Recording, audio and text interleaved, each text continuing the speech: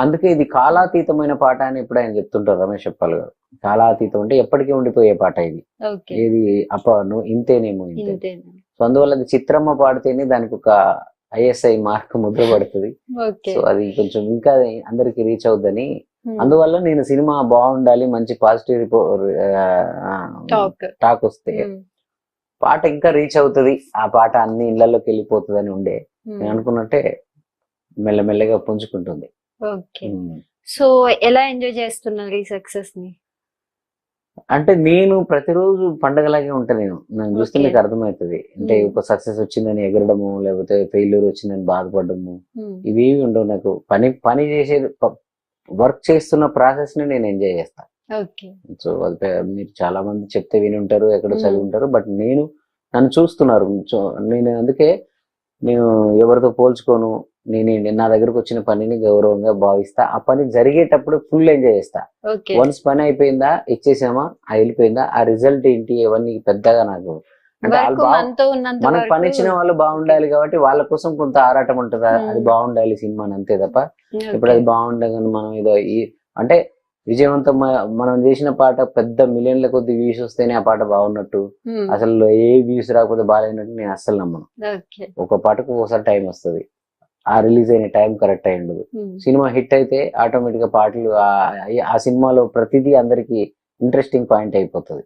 అంటే చూసుకుంటే ఇప్పుడు సినిమా హిట్ అవడం కంటే బిఫోర్ మ్యూజిక్ కదండి అందరికి. అవునండి. అయితే పెద్ద సినిమాలకు వెళ్ళినప్పుడు ఏంటంటే ఆ హీరో లాక్కెళ్తారు మన పాటల్ని. హ్మ్.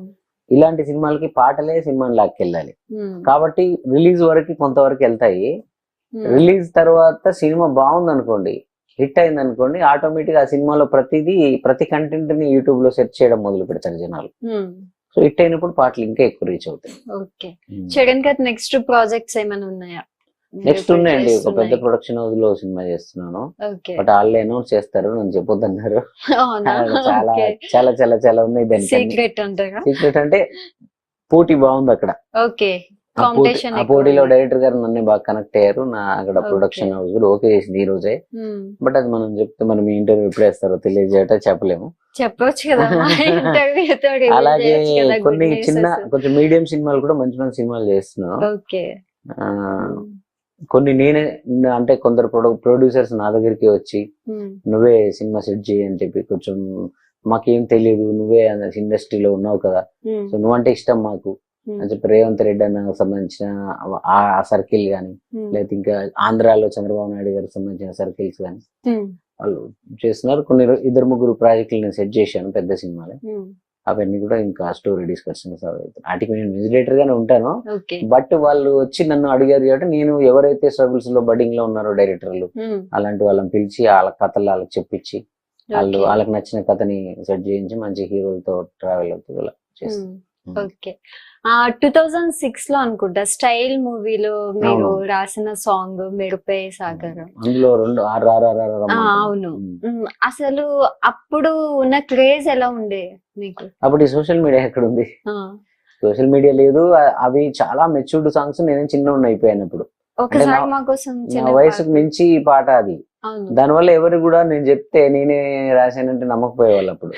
సో దానికి అంటే నేను దాన్ని ఎలా మార్కెట్ చేసుకోవాలో నాకు అప్పుడు అంతా అంటే చెప్పుకోవాల్సి వచ్చేదా నేనే ఆ పాటను రాశాను నేను యూట్యూబ్ లో ఇండిపెండెంట్ సాంగ్స్ చేయడం స్టార్ట్ చేసిన నువ్వు రాయి నేను శిల్పి దాకా ఏ పాట చేసినా నేనని చెప్పుకోవాల్సి వచ్చేది. అది నేనే అని అందరు నమ్మేటట్టు ఏం చేయాలో ఆ సూత్రం నాకు అర్థం కాలే. ఆ సూత్రం పట్టడంలో నేను ఫెయిల్ అయ్యా. అందువల్ల నాకు చాలా టైం పట్టింది. సో అందువల్ల యూట్యూబ్కి వెళ్ళిన తర్వాత మొదటి పాటకే జనాలందరూ ఇది చరణ్ అర్జున్ పాట, నేను చెప్పక ముందే వాళ్ళు చరణ్ అర్జున్ అనేది వెళ్ళిపోయింది. సో దాంతో అప్పటి నుంచి నాకు ఆ బాధ తప్పింది. ఏ పాట రిలీజ్ అయినా కింద చరణ్ అన్న వాళ్ళే కామెంట్లు రాసిస్తారు. ఒక్కసారి మాకోసం ఆ సాంగ్ పాడు వినిపిస్తే. మెరుపై సాగర ఆ గెలుపే నీదిరా, నీ రేపటి లక్ష్యం మరువకు సోదరా, నిప్పులు చిందిన ఏ పిడుగులు ఆపినా వెనకడుగేక ముందుకు సాగరా, నలు దిక్కులు నవ్వుతూ ఉన్నా నలుపెక్కని సూర్యుడు నువ్వై ఆ చుక్కలనే ఇలదించే నీ శక్తిని యుక్తిగా చూపే నటరాజేను రాజే నీ గెలుపే నీలో, మెరుపై సాగర ఆ గెలుపే నీదిరా, నీ రేపటి లక్ష్యం మురుకు సోదరా. Wow super. అసలు ఆ సాంగ్ ఎన్ని సార్లు విన్నా కూడా అవును. లైక్ ఆ మీనింగ్ అనేది హార్ట్ టచింగ్ ఉంటది ఉంటుంది. అన్నమాట. అది ఒక ఇన్స్పిరేషన్ గా అనిపిస్తుంది. సో అలాంటి ఒక బ్యూటిఫుల్ డైమండ్ అని చెప్పొచ్చు ఆ సాంగ్ ని. సో ఆ సాంగ్ గురించి మీకు వచ్చిన బెస్ట్ కాంప్లిమెంట్ ఏంటి? ఈ రోజుకి ట్రెండింగ్ లో ఎవరైనా గెలవాలన్నా, ఎవరైనా ఫైట్ చేయాలన్నా, ఎవరైనా వాళ్ళలో స్పిరిట్ నింపాలన్నా ఆ పాటనే వాడుతున్నా. నాకు అవును. అది చాలా ప్రౌడ్ గా ఉంటది. ఉమ్, నిన్న మొన్న కూడా నాకు ఇన్స్టాలో నేను అప్పుడప్పుడు అనుకున్నట్టున్నారా ఈ పాట వచ్చినప్పుడు ఇన్స్టా రీల్స్ అని ఇవన్నీ ఉంటే బాగుండేది కదా, బాగుండేది. యూట్యూబ్ షార్ట్స్ అని వచ్చుంటే బాగుండేది, ఎంత హిట్ అయ్యేది. ఉమ్, నా కోరిక నేను ఏదైతే అనుకున్నానో దాన్ని మరి ప్రకృతి వినిందో ఏమో తెలియదు. ఉమ్, అది మళ్ళీ ఇప్పుడు ఈ మధ్యనే ట్రెండ్ అయ్యి మళ్ళీ వైరల్ అయ్యి మళ్ళీ ఎవరైనా గెలిచినా, ఎవరైనా ఫైట్ చేస్తున్నా, ఎవరైనా అవును. దానికోసం మళ్ళీ ఇది పెట్టి అది situation reels song use shorts చేస్తున్నారు. అవును. సో ఉమ్, ఆ లోటు తీరింది నాకు. అప్పుడు లీవ్ అయ్యాను కదా, ఇప్పుడు ఉన్నప్పుడు కూడా అదే పాట ట్రెండ్ ఉంది ఇప్పటికీ. okay. ఏదైనా ఇన్స్పైరింగ్ పాటలు అనేది తీసినప్పుడు ఒక 4-5 తీస్తే ఉమ్, అది నేను నాదే టాప్ 1 అని నేను చెప్పను, కానీ ఉమ్, ఆ 5లో అయితే ఉంటది. okay. 1, 2, 3, 4, 5 ఏదో నెంబర్ లో అయితే ఈ పాట ఉంటుంది.